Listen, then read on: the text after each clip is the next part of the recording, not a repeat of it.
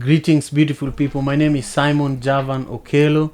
I am the CEO and the founder of Madaraka Festival, and we are here at One Vibe Africa in Kisumu for the recording of a really beautiful episode. I'm here with my brother and my colleague. We work together here at One Vibe. Is my producer. For those who have been following my debut album, he mixed and masters all the songs in that album. My brother Shamir Tadeiya, how are you doing? I'm good. Excellent. We've been planning this for a long time. Finally, it's here. For those who are meeting Shamir for the first time, Shamir is a well-known producer in Kenya, also one of the best reggae artists in Africa, not just in Kenya. And today, we are going to talk a bit about his story, his upbringing in Nairobi, and also how being in Kisumu has been for him, because Shamir has actually lived in Kisumu for years, on and off. And a lot of people who are going to be coming to Madaraka Festival in December are not from Kisumu. So we want to paint a picture of Kisumu from Shamir's perspective. And then we are going to talk a little bit about the work that we do with One Vibe Africa here in Kisumu. And then we'll talk about Madaraka Festival. And then at the end, Shamir is going to give you 3 tips when it comes to event production.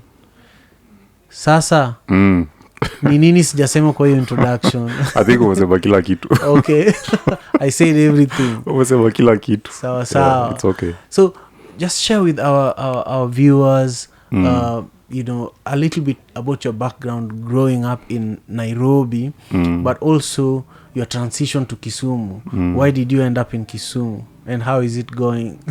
Okay, so far so good. But just a little bit about my background. I grew up in Kibera slums, in an area called Mashimoni. And that Mashimoni is basically the first place that I got to experience music. Growing up as a youth, basically growing up around crime and violence those days, you remember. So eventually meeting people like Kina Chris Darling. I grew up also with Kina Chris Darling, Kina Daddy Ramos, and I also got to understand music from their perspective, and sort of weave it into mine, So I tried out a lot of things as I was growing up. I tried out a lot of things. I tried DJing, I tried MCing.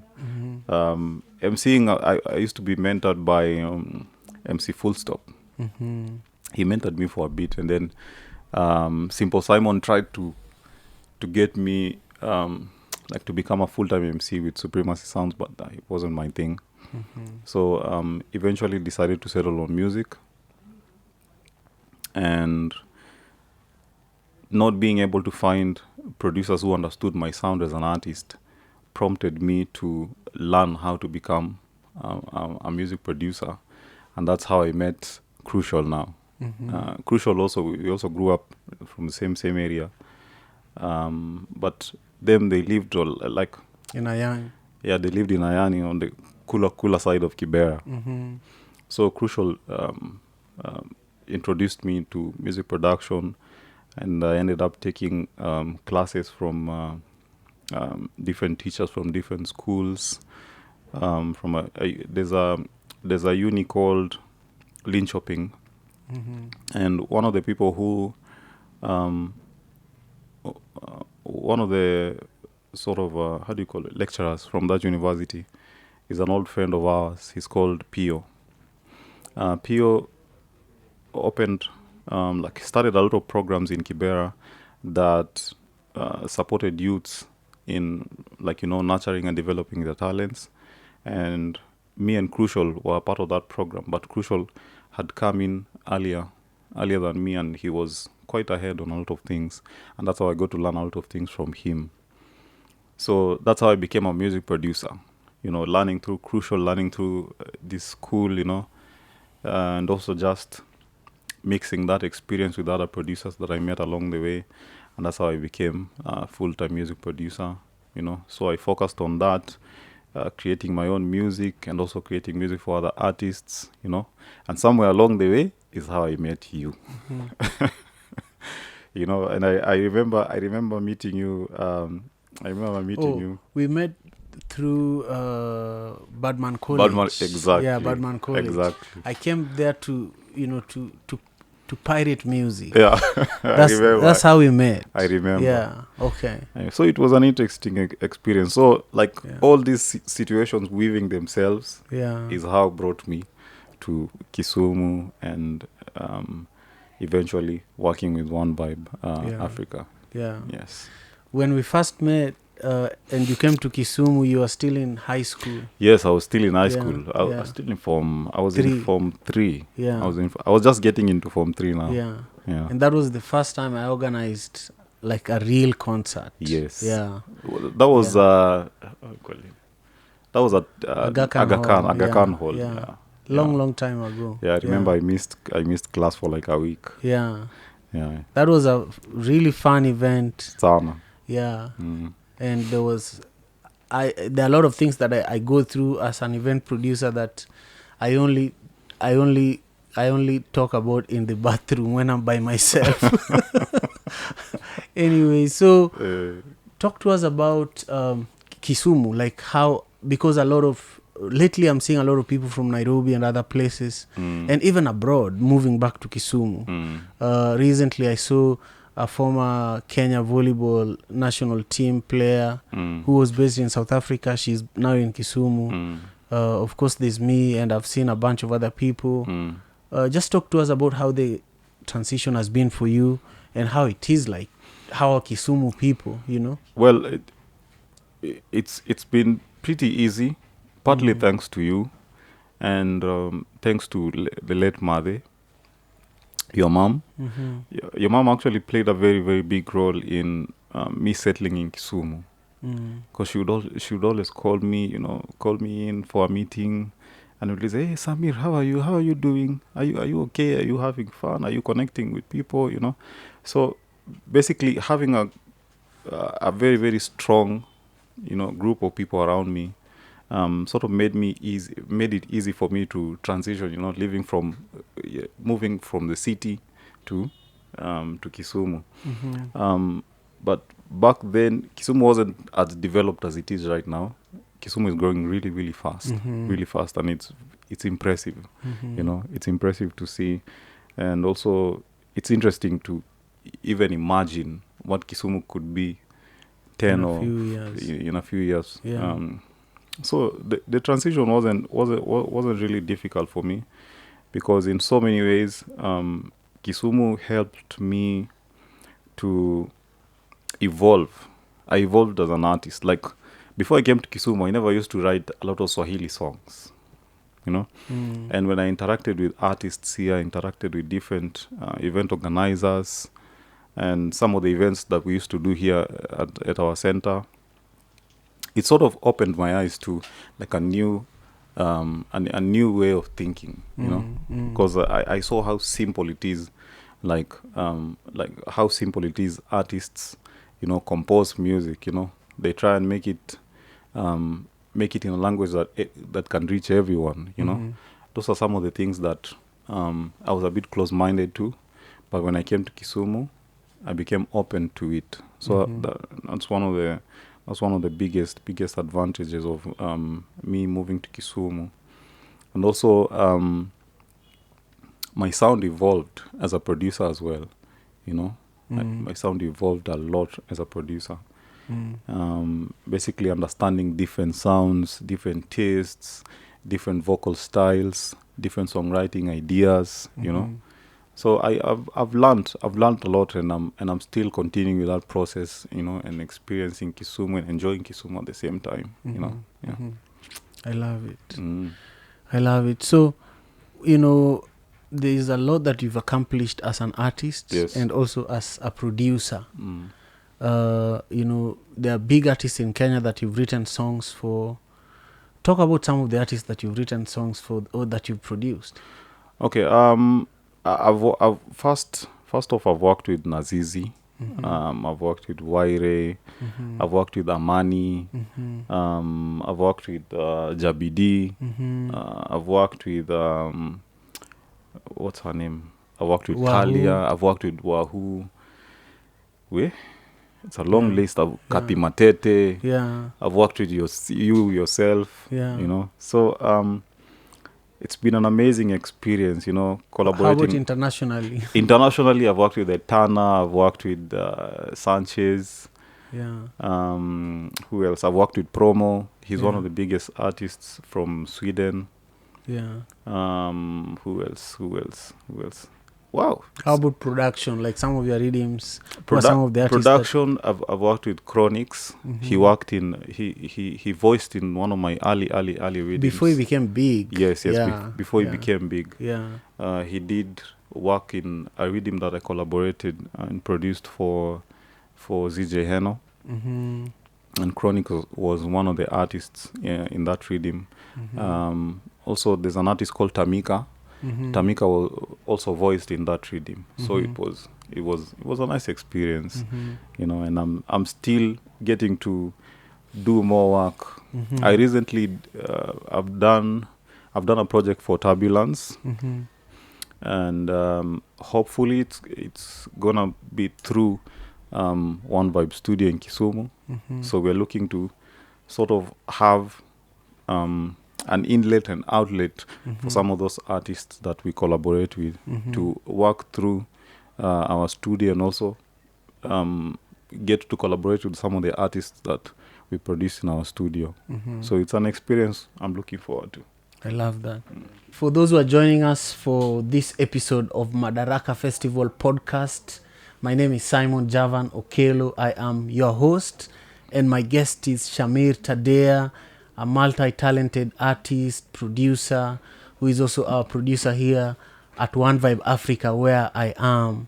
We've talked about his upbringing in Nairobi, his transition to Kisumu, and we've talked about some of the artists he has worked with, some of the production collaborations he has had internationally. And now I want us to talk about Madaraka Festival. You know, I think I feel that you've seen Madaraka Festival evolve from the beginning until now. Talk about your knowledge about Madaraka Festival and how you feel about us bringing it to Kisumu, Kenya on December 14th. First of all, I want to give you a lot of credit. It's not easy to do anything. It's not easy to get anything done, and for you to sustain that process for 10 years, that is very, very serious. And like, I want to commend you. I want to say big up, to you for sustaining and staying consistent with that. For me, the Madaraka evolving has been quite an experience. You know, like seeing it grow over the years, it's been a very, very interesting experience. Like, I remember us starting with very, very small shows within our center here, where our kids would regularly perform after every 3 months. We have a mini graduation where they would showcase their talents. And I remember we used to give these small mini concerts, very, very simple names, made in Kisumu, and and it kept evolving and getting bigger, and eventually that's how you came up with calling it Madaraka, So having a small event, and then a bigger event, and then a bigger event, and a bigger event with better artists, better performances and all that. So it's been quite an experience seeing it morph from like small mini concerts at our center for our youths, the youths that we mentor, to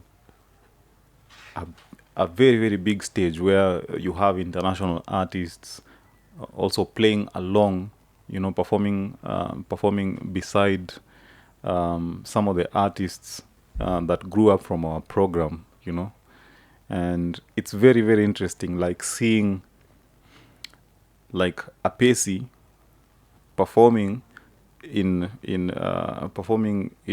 some of the first mini concerts at the center to now performing in a big concert, you know, outside our center but under our program, you know. So it's a very interesting experience, and we can only dream bigger, you know. We can only dream bigger, but so far we are reaching our objectives, and I love it. I love it, and I want to see that growth more and more and more. I love that too. Yes. So for those who are on the fence, those who are thinking maybe I should go to Kisumu for Madaraka Festival, or maybe I should not, what would you tell them? I think I would tell them there's a lot to miss. You know, if you don't make that point, there's a lot you're going to miss. First off, Kisumu has a very unique party experience, you know, in the sense that you get to have a variety, you know. You get to have a variety of different sounds, different music, you know, different kind of music that is arguably one of the most unique in the world, you know. And getting to experience that in Kisumu is different, you know, because what you would get in a party atmosphere in Nairobi or Mombasa is not what you're going to get in Kisumu, you know. In Kisumu, it's raw, it's amazing, it's strong, it's powerful.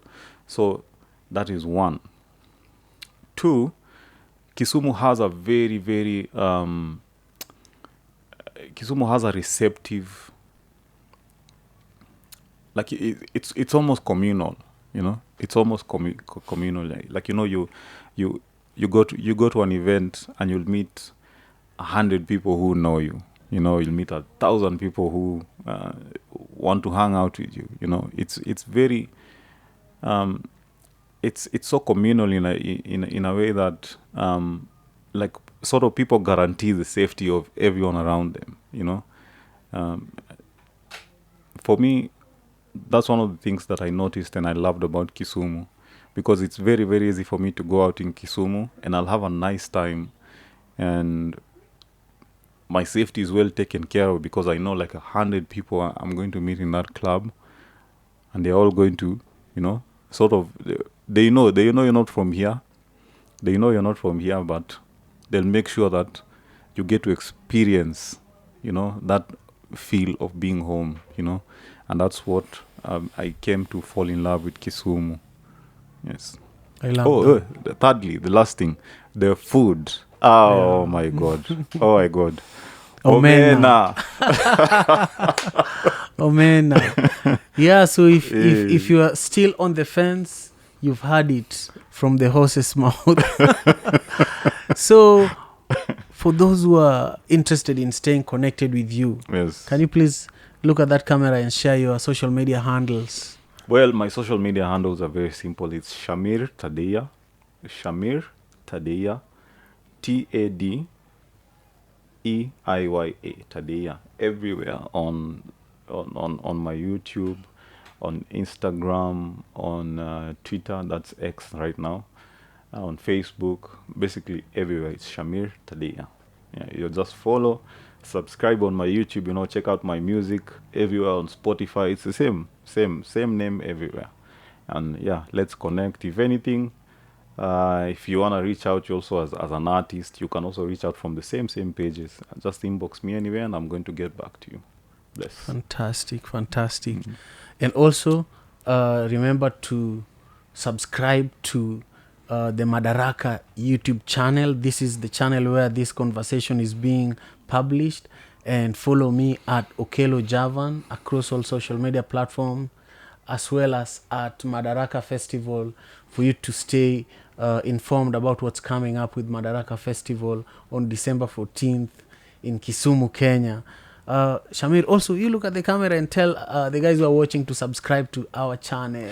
Please make sure you subscribe to our channel, you know, for us to keep producing and making this amazing series reach as many people as possible. So make sure you subscribe to our Madaraka channel, you know. One love. Excellent. Do you have anything that I did not ask you that you want to add to before we wrap up our conversation? You had mentioned tips. Yes. So share the 3 tips. Tips as an artist or a producer. So one of the reasons why I'm asking this question is because many people are reaching out to me and saying, hey, you've done Madaraka Festival for 10 years. Yes. What's the secret? So I want to ask my guests to give these answers to our audience members who want to know how to produce their own events, whether it's birthday, whether it's a funeral, like how do you do it even better than Madaraka Festival? So 3 tips that as someone who has been to so many events, what have you seen those that do events well think about? Well, I think from my own experience, working here at One Vibe and, learning some of the things that we've been doing over the years and how we've always executed our events, I'd say the main one is early planning. Plan yourself early. Do a lot of things in advance. Make sure everybody is exactly where they're supposed to be. Everybody is handling what they need to handle. Not like you can't have different people doing the same thing. It has to be like everybody has to be designated in a specific thing. Secondly is this is something a lot of us tend to fail at: timekeeping. Keeping time is very, very, very, very important. In anything you do, it's very, very important to keep time. And like a lot of the events that I've seen in Kenya, like one of the biggest failures that normally happen in most of these events is like the lack of proper use of time. Because sometimes you get people going up on stage and then they want to overextend, or the show starts late, and then a lot of things unravel from that point onwards. So timekeeping is very, very important. Thirdly, you have to have a very, very strong group of people. You have to have a very, very strong community around you that's supporting you in making these things possible. Reaching out to different people, reaching out to sponsors, reaching out to people who are going to collaborate and make your event successful. It's very, very important to have a like a core group of people that you can rely on at any given time. So I think those are the 3 tips for me. Excellent. Yes. Thank you. Thank you so much. Peace. Peace. Thank you Peace for and making love. this happen, brother. Yeah, thank you so much. Excellent. Yeah.